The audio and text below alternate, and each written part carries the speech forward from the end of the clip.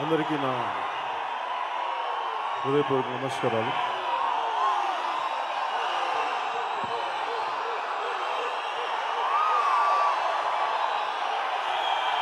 ముఖ్య అతిథిగా వచ్చిన థ్యాంక్ యూ.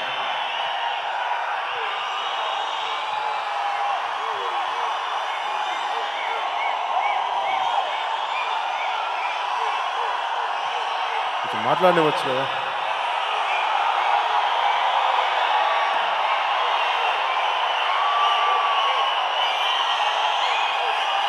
అందరికీ నా హృదయపూర్వక నమస్కారాలు. ముఖ్యంగా వచ్చిన ప్రతి ఒక్క అతిథులకి, ప్రతి ఒక్కరికి పేరు పేరున ప్రతి ఒక్కరికి నా హృదయపూర్వక నమస్కారాలు. అలాగే నాకు యాక్టింగ్ అంటే తెలియని నాకు, యాక్టింగ్ అంటే హీరో అంటే ఒక చిరంజీవి గారు తప్ప ఇంకెవరు లేరు నాకు ఎప్పుడు.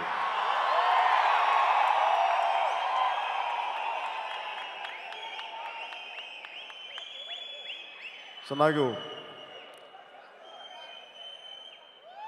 అమితాబ్ బచ్చన్ అంటే చాలా ఇష్టం ఉండేది, నాకు పిచ్చి ఇష్టం ఉండేది అమితాబ్ బచ్చన్. అలాంటిది మా అన్నయ్య హీరో అయిన తర్వాత నాకు అన్నయ్య ఒకళ్ళే కనిపించేవాళ్ళు హీరోగా. అలాంటిది నన్ను అన్నయ్య ఒకరోజు నువ్వు ఫిలిమ్స్లో యాక్ట్ చేయొచ్చు కదా అంటే నాకు నన్ను నేను యాక్ట్ చేసుకోవడం నాకు ఎప్పుడు కనిపించలే. ఈరోజు నేను యాక్టర్ని అయి మీ ముందు ఇంత పని చేయగలుగుతున్నానంటే దానికి మూలకారకులు మా అన్నయ్య, మా వదిన, వీళ్ళిద్దరు. ఇంట్లోకి ఒక 5 మంది, ఒక 2 అతిథులు వస్తేనే వెళ్ళి నా రూమ్లో దాక్కునేవాడిని. అలా ఉండేది నా నైజం. అలాంటిది నన్ను బలవంతంగా అందరిలోకి నెట్టేసి నాకు ఈరోజుకి డౌటు, అన్నయ్య నిజంగానే చెప్పారా లేదంటే కావాలి ఇలా చెప్తే కానీ ఏదో ఒక పని చేయడా అని అన్నారని డౌట్ నాకు. కానీ ఎందుకంటే నేను అన్నయ్య అంటే ఎప్పుడు నేను తక్కువ మాట్లాడటం, అన్నయ్య గురించి మాట్లాడటం తక్కువ. దానికి కారణం నాకు ఇష్టం అనేది లోపల ఉంటుంది. ఎప్పుడు వ్యక్తిగతంగా కలిసినప్పుడు చెప్తాను, బహిరంగంగా నాకు మా అన్నయ్య అంటే ఎంత ఇష్టమో నాకు చెప్పుకోవడం. అంటే మా అన్నయ్య అంటే చెప్పుకుంటాను కానీ 10 మంది ముందు చెప్పుకోవాల్సిన అవసరం ఏముంది, అలా ఆలోచిస్తాను. కానీ ఒక సమయం సందర్భం వచ్చినప్పుడు మాట్లాడటానికి వెనకాను.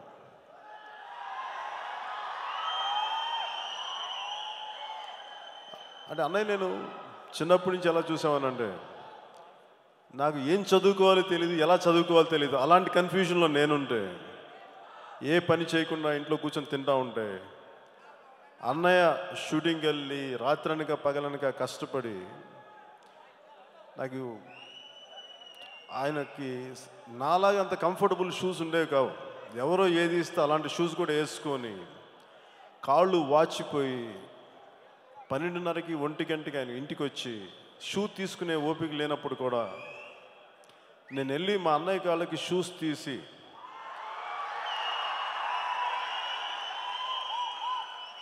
ఆ చెమట పట్టిన సాక్స్ తీసి దాంట్లో నాకు సువాసన కనిపించేది. ఒక వ్యక్తి కష్టం తాలూకా సువాసన.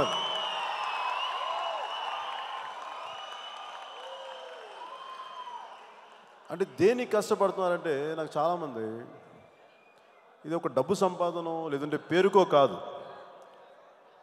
ఒక సాధారణ, నేను పదే చెప్తుంటాను, ఒక సాధారణ పోలీస్ కానిస్టేబుల్ స్థాయి కొడుకు ఒకటి ఊహించుకొని నేను యాక్టర్ని అవ్వాలి, ఇలా సాధించాలి. ఈరోజు నాకు సినిమాలో రావడం నాలాంటి వాడికి ఎంతో కొంత తేలిక, ఆ తర్వాత కష్టపడచ్చేమో, అది వేరే విషయం. కానీ ఒక ప్లాట్ఫామ్ క్రియేషనే లేనప్పుడు, ఏమీ లేకుండా, ఎలాంటి అండదండలు లేకుండా ఒక్కడే వచ్చి కష్టపడి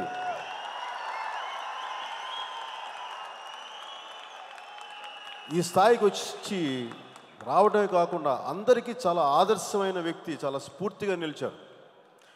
అంటే ఎలాంటి స్థాయి వ్యక్తి అయినా సరే ఒక ఆలోచనని ఒక గోల్ని, ఒక ధ్యేయాన్ని అనుకుంటే సాధించగలరు అనేది అన్నయ్య చిరంజీవి గారు చెప్పారు. అది నేను స్వయంగా చూశాను. అందుకు నాకు ఆయన అంటే మోర్ దెన్ అన్నయ్య కంటే కూడా చాలామందికి నాలాగా స్ఫూర్తినిచ్చిన ఒక మహా వ్యక్తి చిరంజీవి గారు.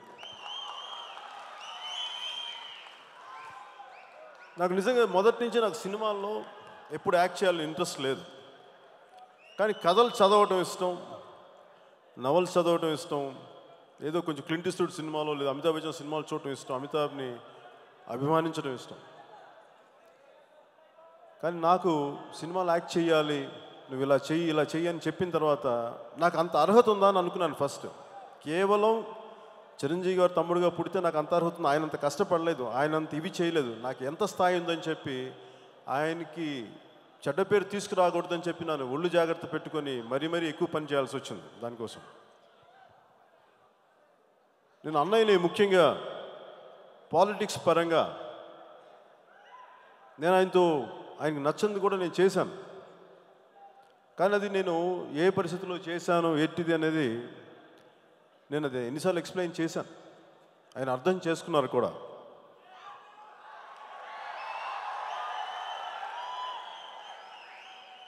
మా బంధం వేరు, రాజకీయాలు వేరు, అవి రెండు దారులు.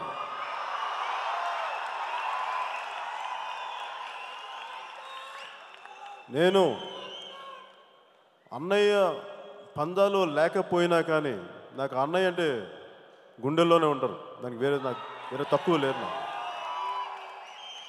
ఇది నేను పదే నేను ప్రూవ్ చేసుకోకర్లేదు, అది నాకు తెలుసు. అవసరం వచ్చినప్పుడు, సమయం వచ్చినప్పుడు, సందర్భం వచ్చినప్పుడు నేను ఎంత నిలబడగలనో, ఎలా నిలబడగలనో నాకు తెలుసు. నేను అది ప్రతిసారి ప్రతి ఒక్కరికి నేను ప్రూవ్ చేయకర్లేదు. సో నాకు మా అన్నయ్య అంటే మా తండ్రి, మా తల్లిదండ్రుల తర్వాత నాకు ఇంకో తల్లిదండ్రులు మా అన్నయ్య వదిన. వారి పట్ల నాకు ఎప్పుడు మనస్ఫూర్తిగా గౌరవం ఉంటుంది, ప్రేమ ఉంటుంది. అన్నిటికంటే కూడా నా ఫిల్మ్ జానీ ఫెయిల్ అయినప్పుడు, ఫ్లాప్ అయినప్పుడు సత్యం ఒప్పుకొని తీరాలి, తప్పించి కూడా కుదరదు. క్రియేటివ్ ప్రాసెస్లో ఫెయిల్యూర్ సహజం, దానికి భయపడకూడదు, దానికి వెనక్కి పారిపోకూడదు, ఇది నేను నమ్ముతాను. మా అన్నయ్య గారు ఆ రోజు నాకు చాలా బాధపడారు, అరే నువ్వు సరిగ్గా ఇంకా కష్టపడి ఉంటే బాగుండేది. కష్టపడ్డాను కానీ అది ఒక సరైన దారిలో, సరైన విధి విధానంలో కష్టపడలేదేమో ఇప్పుడు ఆలోచించుకుంటే అర్థమవుద్ది. కానీ తెలుసు ఏది అవివేకంతోనో అజ్ఞానంతోనో చేయలేదు, తెలిసి ఆ రోజుకి ఆ దొరికిన పందాన్ని, ఆ దొరికిన సపోర్ట్ని పెట్టుకొని చేశాను. ఈ పర్టికులర్ సినిమాకి మా అన్నయ్య గారికి కమర్షియల్ సినిమా చాలా ఇష్టం. అన్నీ ఉంటూనే, అన్ని విలువలు ఉంటూనే ప్రతి ఒక్కరిని ఆలోచించే సినిమా కావాలని కోరుకుంటారు. అది ఈ సినిమా వద్దని, అందుకు ఆయన్ని ముఖ్య అతిథిగా నేను కోరుకున్నాను, అన్నయ్య గారు రావాలని చెప్పేసి. ఎందుకంటే పోయినసారి జానీలాగా ఇది డిసప్పాయింట్ చెయ్యను అన్న ఒక నమ్మకం ఉంది నాకు.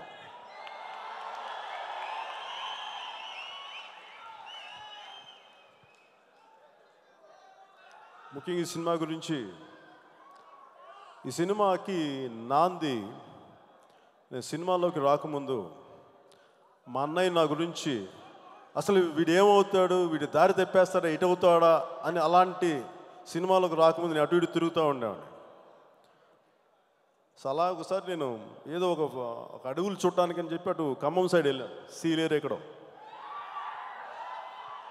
వెళ్తే అక్కడ మనకి ఖమ్మంకి మధ్యప్రదేశ్ బార్డర్ ఉంది. అప్పటి మధ్యప్రదేశ్, ఇప్పుడు ఛత్తీస్గఢ్. నాకు ఊరికి అప్పుడు అనిపించింది ఇక్కడ ఒక లవ్ స్టోరీ తీస్తే బాగుంటుంది, ఒక తెలుగోడు వెళ్ళి ఒక ఛత్తీస్గఢ్ లాంగ్వేజ్ బ్యారియర్ బాగుండేది, ఒక వేగ్ థాట్ వచ్చి వదిలేశాను. ఆ తర్వాత నాకు ఎప్పటి నుంచో కోరిక ఏంటంటే ఒక ఇండియన్ వెస్టర్న్ ఫిల్మ్ తీయాలి, కౌబాయ్ తరహాలో ఉండాలి, కానీ మనకి మన నేటివిటీకి దగ్గరలో ఉండాలి, సహజంగా ఉండాలి, వేరేలాగా ఉండకూడదు, దగ్గరలో ఉండాలనుకుంటే చాలా ప్రయత్నం చేశాను. ఈ స్క్రిప్ట్ నాకు రాయడానికి నాకు 2.5 సంవత్సరాలు పట్టింది. అంటే నాకు ఏది చేసినా సరిపోయేది కాదు, ఏదో అరాకొరా తీసి నాకు పంపించడం నాకు ఇష్టం లేదు. అందుకే వీటన్నిటిని దృష్టిలో పెట్టుకొని నాకు టైం పట్టింది. ఈ ప్రాసెస్లో నన్ను భరించిన నా మిత్రుడు, నా జానీకి ఎగ్జిక్యూటివ్ నిర్మాత ఆయన శ్రీ శరత్ మరార్కి నాకు ఆయన నన్ను ఓపికగా అర్థం చేసుకున్నందుకు, నన్ను అండగా నిలబడినందుకు నా కృతజ్ఞతలు తెలియజేసుకున్నాను. అలాగే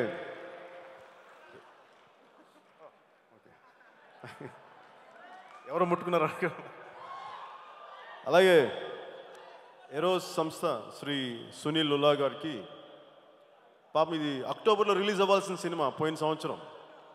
ప్రతిసారి నేను 3 నెలల నుంచి వెనక్కి తోసి ఫైనల్కి సమ్మర్కే వస్తున్నాం. సో ఈ విధంగా కూడా నన్ను అర్థం చేసుకున్నా. Sunilji, thank you lot. I'm glad you stood by us. Thank you very much sir.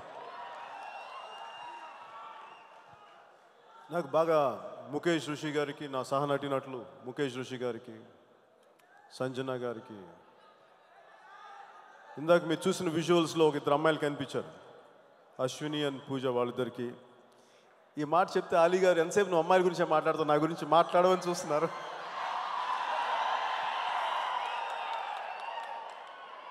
Ali గారికి కూడా అంటే అలీ గారు లేకపోతే నాకు సినిమాలో ఏదో లోటుగా ఉంటుంది. అందుకని ఖచ్చితంగా ఏదో అలా ఉండాలని పెట్టుకుంటాను. అలా ప్రతి ఒక్కరికి, బ్రహ్మాజీ గారికి, నారా శ్రీనివాస్ గారు, ప్రతి ఒక్కరికి, నా తోటి నటులకి ప్రతి ఒక్కరికి నా ధన్యవాదాలు తెలుపుకుంటూ, ముఖ్యంగా కాజల్ క్యారెక్టర్ తను పెర్ఫామ్ చేసిన విధానం చాలా బాగుంది.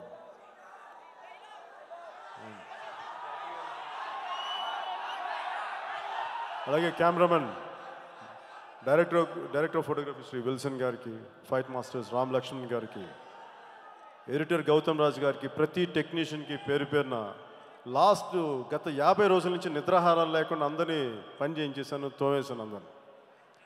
నన్ను తిట్టుకుంటున్నారో లేదో నాకు తెలియదు, కానీ ఈ సినిమా ఏప్రిల్లో విడుదల కావాలి, ఇది గోల్ అంతే చెప్పి చాలా హింసించేశాను అందరినీ. నేను నిద్రపోలేదు, వాళ్ళని నిద్రపోనేవాళ్ళు.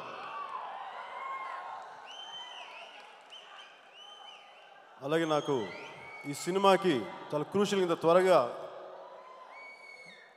అంటే లాస్ట్ 48-50 రోజుల్లో 70% సినిమా తీసాం. ఇది దానికి ముఖ్యంగా దీని వెనక కష్టపడ్డ శ్రీ బాబీ గారికి, డైరెక్టర్ శ్రీ బాబీ గారికి, అలాగే ఎడిషనల్ ఫోటోగ్రఫీ అందించిన శ్రీ ఆండ్రూ గారికి, అలాగే నా మిత్రుడు, నా కోరియోగ్రాఫర్ శ్రీ హరీష్ పాయ్ గారికి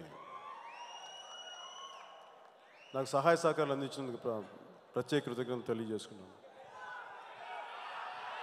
ఈ సినిమా మీకు అందరికీ ఆనందం కలిగించాలి అన్న ఉద్దేశంతో తెలియజేశాం.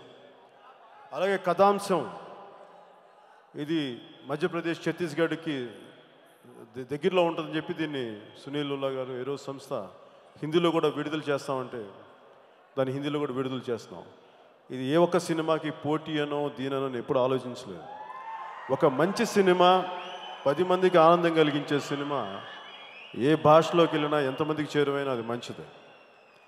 ఆ ఉద్దేశంలో తప్ప దీన్ని ఏదో సాధించాలో ఇంకోటని కాదు, 10 మందికి వెళ్ళాలి మంచి సినిమా అని ఒక ఉద్దేశం తప్ప ఏదో ఒక ఛాలెంజ్గా ఇట్లా ఏం తీసుకోవట్లేదు. ఎందుకంటే నేను సినిమాలో ప్రతి ఒక్కరి కష్టాన్ని, ఇది మా అన్నయ్య గారు మాకు నేర్పించింది.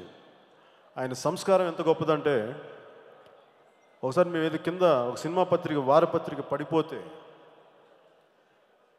ఎవరో మాకు తెలిసిన హీరోయే, ఆయన ముఖం ఉంది దానిపైన, ఎవరు తీయట్లేదు, వాళ్ళు నడిచి వెళ్ళిపోతుంటే ఆయన మమ్మల్ని మీరు ఎవరు కనిపించవు కళ్ళు, మన తోటి ఇంకొక యాక్టర్ ఫోటోగ్రాఫ్ అలా ఉంటే మీరు అది ఎలా పడేస్తారు చూసుకుని తిట్టి మమ్మల్ని తుడిచి పక్కన పెట్టినంత సంస్కారం గల వ్యక్తి చిరంజీవి గారు. అందుకని మాకు సినిమా పరిశ్రమ అంటే ప్రతి ఒక్కరు సాధించాలి, ప్రతి ఒక్కరు విజయం సాధించాలి, మేము ఒక్కళ్ళమే కాదని చెప్పి మేము మనస్ఫూర్తిగా మనస వాచ కర్మ కోరుకునే చిరంజీవి గారి నుంచి వచ్చిన వాళ్ళు అందరూ బాగుండాలని కోరుకుంటూ, ఇలాంటి అందమైన అనుభవాన్ని మా అందరికి ఇచ్చినందుకు ప్రత్యేకించి అభిమానులందరికీ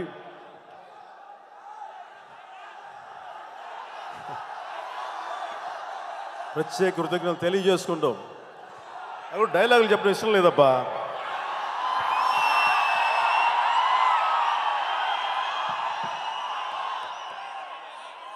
नाम याद है ना? गब्बर सिंह, सरदार गब्बर सिंह। जय हिंद।